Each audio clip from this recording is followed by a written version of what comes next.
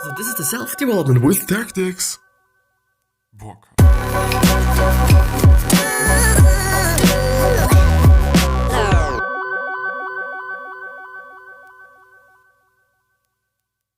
So, today we're going to talk about Epictetus. As we went through yesterday and the day before, we went through Seneca, so a little bit of a, portrait or just an introduction to Seneca and also Marcus Aurelius, which we did yesterday. Links are not going to be down in the description, but if you check out the podcast and or the YouTube channel, or you just Google it, you just type it in, you're probably going to find it. And yeah, really amazing articles, really amazing stuff, just because it is so interesting. It is so interesting to get also a little bit of background to those amazing people and to those amazing thinkers. And additionally to that, they also provide exercises and quotes and, quite a lot of stuff. And I just really am into that, as I've actually found out, I just assume. And this is also why we're going to go through Epictetus and what he did and what he is doing and what makes him so cool and whatnot. The only thing that I know is that he was a slave initially, and this is already something that's incredibly interesting, that you go from being a slave to, well, actually, I don't know if he also back in the days when he was living was then just a former man and very quote unquote famous. I don't really think so, but at this point in time he is really famous. So yeah, which also kind of shows what you can do after you're dead. So who is Epictetus? From slave to world's most sought after philosopher. And I'm gonna zoom in a little bit just because it is so fucking tiny.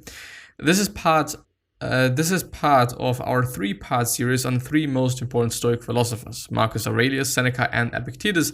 Here you will find a short introduction to Epictetus, suggested readings, 3 exercises or lessons from him, and as well as a selection of quotes. You can also read our introductions to Stoicism if you're not familiar with the philosophy, but we are very familiar with it. At least it's the case for me. I don't know if it is the case for you as well, but if not, I really heavily just suggest getting a little bit into, a little bit into Stoicism, because it is a great philosophy. It really is. I wouldn't necessarily say that it is the only great one, not really, and I wouldn't also necessarily say that it is the only one that I want to go after and I want to just kind of have in mind, so to speak. But it is one of them. I know it is good, it is really cool, but of course, some things are like, no, I just don't believe in that. Well, yeah, introduction. Part of what makes Stoicism fascinating to study is that 3 of its most well-known practitioners ranged widely in terms of where they stood in society. Think of Marcus Aurelius, the emperor of the Roman Empire, holding one of the most powerful positions in the world, if not the most powerful position in the world. Think of Seneca, who was an advisor to an emperor, renowned playwright, and one of the richest people in the Roman Empire. Yes, and then there is Epictetus, on the complete opposite, who was born as a slave. That's what makes Stoicism so powerful. It can provide timeless principles to help us in both good and bad fortune, no matter our station, our life. What? No matter our station, our life. Okay. Epictetus was born nearly 2,000 years ago in Hierapolis, present-day Pamukkale in Turkey, as a slave in a wealthy household. Epaphroditus, his owner, gave him the permission to pursue liberal studies, and it is how Epictetus discovered philosophy through the Stoic Musonius Rufus, who became his teacher and mentor. Later, Epictetus obtained his freedom shortly after Emperor Nero's death and started teaching philosophy in Rome for nearly 25 years. This lasted until Emperor Domitian famously banished all philosophers in Rome. Epictetus fled to Nicopolis in Greece, where he founded a philosophy school and taught there until his death. After his death, Lucian tells us that someone bought Epictetus' earthenware lamp for 3,000 drachmas, however, surprisingly enough, that some lamp also mentioned later by James Joyce. But what is so special about the lamp? As Epictetus put it, and providing an important Stoic lesson, I keep an iron lamp by the side of my household gods, and on hearing a noise at the window, I ran down. I found that the lamp has been stolen. I reflected that the man who stole it was moved by no reasonable motive. What then? Tomorrow, I say, you will find one of earth where indeed, and man loses only that which he already has. Which, by the way, is something that I've been kind of philosophizing around about and stuff, because indeed, if you have something, and I kind of mainly thought about it as just if you are in good shape, then you are indeed going to be really unhappy if you lose it. And this shouldn't necessarily be the case. I do put a lot of work into just working out and trying to eat as healthy as possible, even though this is not that much work. It is just something that I also like to do just because I know that I'm going to feel good. And it is like, why shouldn't I do it? Why shouldn't I make sure that I'm healthy and feeling good, and also just long term, not only short term? But yeah, I might also be overdoing it a little bit with working out, and I'm trying to also minimize that a little bit so that I can recover a bit better, which I'm also seeing as a little bit of a problem, that recovery seems not to be that nice. But anyway, if you have a good physique, then you could lose it. If you don't have one, you can also not lose it. So yeah, it is a very interesting and also important thing to think about, as my point of view. But I want to repeat this quote once again. I keep an iron lamp by the side of my household gods, and on hearing a noise at the window, I ran down. I found that the lamp had been stolen. I reflected that the man who stole it was moved by no unreasonable motive. What then? Tomorrow, I say, you will find one of earthenware. Indeed, a man loses only that which he already has. Epictetus' strong and wide-ranging influence can be seen in multiple instances. Marcus Aurelius in Meditations thanks his teacher Junius Rusticus for introducing him to Epictetus. There is a slight probability that Rusticus actually attended Epictetus' lectures and passed his own notes to Marcus. Yet the most likely thing is that Marcus read the widely circulated notes by Epictetus' student Aria, which we will discuss below. James Stockdale, who was a prisoner of war in Vietnam for over 7 years, credits Epictetus for providing him with a framework on how to endure the tortures he was subjected to. A Stockdale would be confined in leg irons. As Stockdale would be confined in leg irons, he certainly remembered that Epictetus had a disabled leg, which was probably broken by his master, although there is no certainty around this. However, Epictetus would say in regards to this, quote-unquote, sickness is a hindrance to the body, but not to your ability to choose, unless that is your choice. Lameness is a hindrance to the leg, but not to your ability to choose. Say this to yourself with regard to everything that happens, then you will see such obstacles as hindrances to something else, but not to yourself. Yeah. And also something I think that always helps is amor fati. Love faith. When you're ill, when you're not feeling good, and I actually do not feel that good today because I should sleep a little bit more, and I'm very prone to having some issues with my throat and stuff and shit, and it pisses me off a little bit, just because it is like, okay, just sleep a little bit more, you dumbass. Anyway, it is like, it is what it is, yeah, it is what it is. Love faith, love what it is, make the best out of what you can do. Do make smart decisions. I'm not saying that you should just, go for a hike when you're not feeling that well.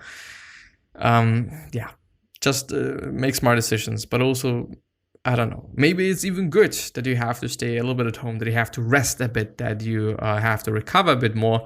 But yeah. Epictetus appears prominently in author Tom Wolfe's well-known novel A Man in Full. Albert Ellis, the psychologist who founded cognitive behavioral therapy, was also influenced by Epictetus.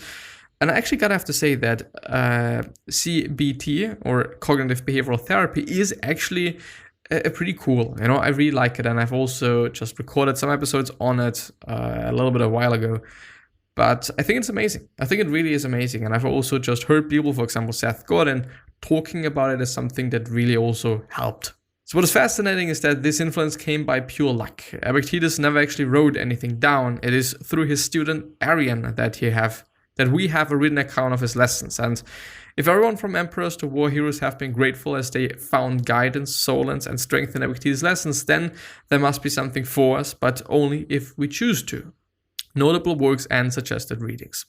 A great starting point for Epictetus would be his Enchiridion, which translates as a small manual or handbook, and it is exactly that. It's the perfect introduction to Epictetus, as it is packed with short Stoic maxims and principles. Unlike both Seneca and Marcus, Epictetus is somewhat more difficult to read, and we recommend beginning with those two if you haven't yet read them. The next step would be Epictetus' discourses, which are much longer and sort of a bigger commitment. For other readings, as mentioned above, we recommend reading the short autobiography Courage Under Fire by James Stockdale, as well as A Man in Full by Tom Wolfe, or Wolfe, or Wolfe, however. I'm actually very interested in this autobiography by James Stockdale. I think it's very interesting. I think in general that biographies are very interesting. Maybe this is also why I enjoy these articles that much, because it is kind of a biography. It just lets me be able to understand those people a little bit better and just get them to know a little bit better as well. 3 exercises and lessons from Epictetus. First of all, remember what is in your control. The Enchiridion begins with one of the most important maxims in Stoic philosophy: the importance of distinguishing things that are under our control and things that are not. Think of it as the Stoic serenity prayer. It is a reminder not to get angry and upset by things which we cannot influence, such as other people and external events, and to only focus on ourselves, our own behavior. This makes things a bit easier, doesn't it? A humbling reminder of how much happens that we can't influence, and learning to let go and accept things as they are. Yet, at the same time, a powerful reminder that our actions and choices are fully in our own control, as Epictetus said, and this is a quote: "Some things are in our control and others not. Things in our control are opinion, pursuit, desire, aversion, and in a word, whatever are our own actions.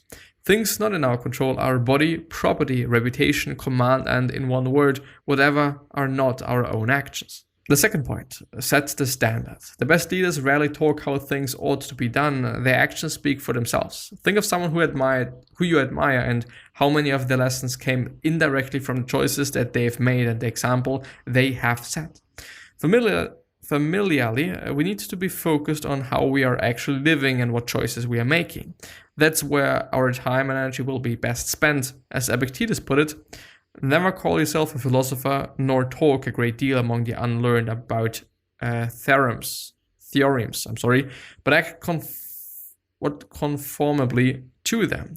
Thus, at an entertainment, don't talk how persons ought to eat, but eat as you ought. Indeed. And the third lesson is, and which is also going to be the last one, prescribe yourself a character. Epictetus understood how much we act out of habit, and we tend to think that our ways of doing things are set in stone. He admonished his students to set some principles and standards they need to follow and not deviate as much as possible. This is certainly not easy by any stretch, but with small steps each day reminding us what direction we would like to go to, we can get closer to the character we wish to have, as he put it. Immediately prescribe some character and form of conduce to yourself, which you may keep both alone and in company. I would say both in company and alone. Just always being this person that you actually want to be. Epictetus quotes. The first one: "No thing great is created suddenly, any more than a bunch of grapes or a fig. If you tell me that you desire a fig, I answer you that there must be time. Let it first blossom, then bear fruit, and then ripen." Which is, I think, a very important thing, because be fucking patient. Let death and exile and all other things which appear terribly be daily before your eyes, but death chiefly.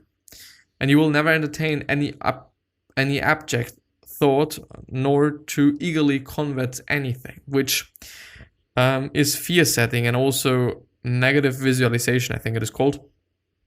Just remind yourself that, tomorrow could be your last day. Today could be your last day. I could die now immediately. I could. And yes, period. Not amor fati, but memento mori. Demand not that events should happen as you wish, but wish them to happen as they do happen, and your life will be serene. Sickness is an impediment to the body, but not to the will, unless itself pleases. Lameness is an impediment to the leg, but not to the will. And say this to yourself with regards to everything that happens. For you will find it to be an impediment to something else, but not truly to yourself. I cannot escape death, but cannot I escape the dread of it? Must I die trembling and lamenting? No, you don't. To make the best of what is in our power and take the rest as it occurs. Which are all amazing. And with that being said, I'm gonna end the episode because I feel like my throat is like killing me. This piece of shit. Yeah. I wish you the best health of happiness and also success, and also hope that you're gonna remind yourself and you're gonna be remembered, which basically means your legacy, and basically means just being a nice person and then being remembered as a nice person, which is a pretty fucking cool thing. 3 other questions that I'm gonna have for you are: why are you here? What are you trying to change? And what is bothering you the most? These 3 questions are hopefully gonna show you your purpose and maybe even a business idea, which is a pretty fucking cool thing. Yeah. The last question that I'm having for you is: what could you especially say that is really gonna change somebody's life? Because I totally believe that we all could say something, and yeah, this is something to daily keep in mind. I know that we can change people relatively easily, to be honest.